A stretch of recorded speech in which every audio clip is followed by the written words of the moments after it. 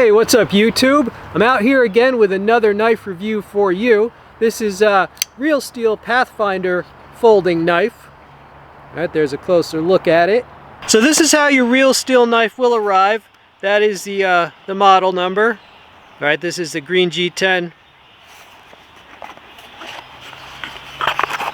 It comes with a stat card, a diagram, and its own adjustment tool. That's pretty nice. So here are the specs on the knife. As you can see, it is 14C28N, which is a Swedish Sandvik stainless steel, and the weight on the knife is 4.83 ounces. This knife features G10 handle scales. It's got a spacer there, liners. It has a crossbar style of lock. It has a deep carry type of pocket clip. You see the lanyard hole there. The openers are two thumb studs. You can flick it open. Now this knife, the Pathfinder series, is actually available with G10 handle scales or with micarta handle scales, right? And you can also get a satin finish blade or the blackwash blade. And it is also available in a Scandi grind, or like this one, you have a flat grind right there and a conventional V-ground edge on this one. The thumb studs are a bit close to the handle, but you can just flick this out easily, nonetheless. Alright, so this has jimping right there, and jimping there for the scalpel grip. Has a fuller. If you measure from right here, the blade length is about 3 3/4 inches. I like the conventional blade shape, sort of like a small butchering knife. The price on this is usually around $80 or $90, depending on which model. Alright.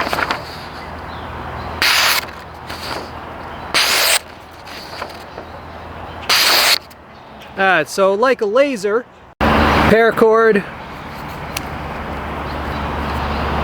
Got some bike tire tubing here.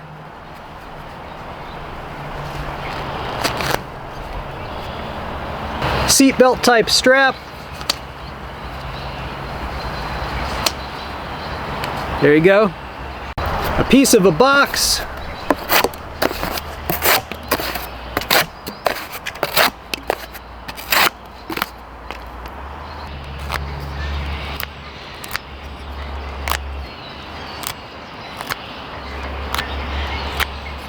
Yeah, this came with a good edge.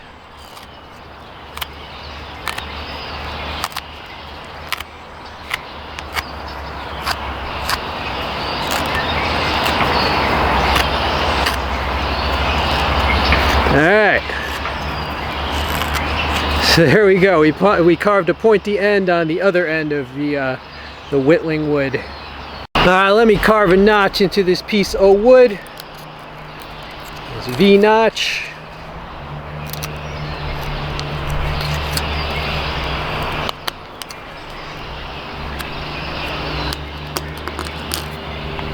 Alright, so there you go. There's a little notch. And here it is drawing down a piece of wood.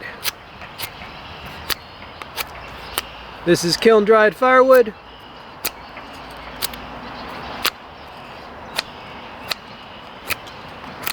Hope you're all doing well these days. The weather's gotten a little cold. It's a little bit overcast, but that's actually really good for filming because the shadows won't obscure what you can see.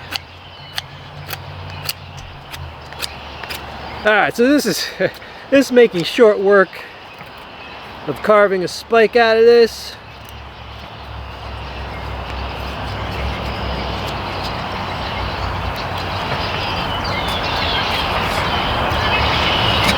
Alright, so in no time at all we carved a spike. Alright, let's do the other end of this. Oh.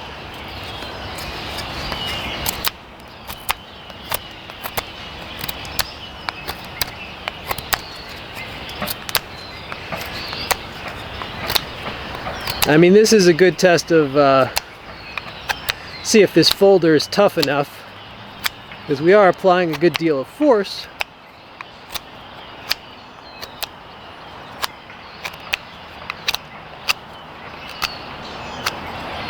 It's doing well. All right.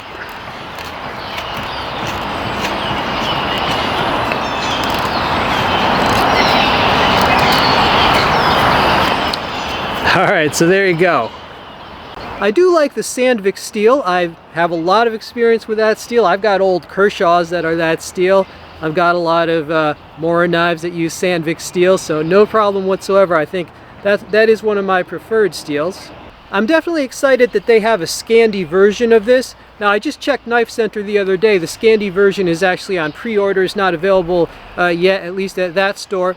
But whenever I can find one of the Scandis, I will make sure to get one and review it. But there are pros and cons between like a conventional V edge versus a Scandi edge, especially depending on what sharpening system you prefer to use. And also, like when you're drawing down a piece of wood, sometimes a Scandi grind can bite in at too much of an angle, right? So it just depends what you're using the knife for.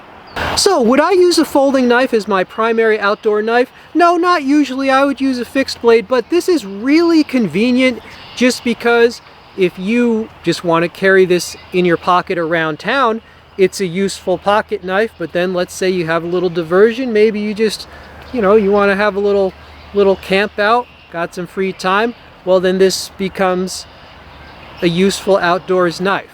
You know, got to use everything within reason. When I was growing up, lots of deer hunting where I live, and all the deer hunters carried a buck 110 lockback, right? So you definitely can use folders in the outdoors. You just have to know what they're good for and what they're not good for. But this, I mean, like I said, you can carry this around town as well. So this knife definitely has a smooth deployment. It came very sharp. It has good lockup.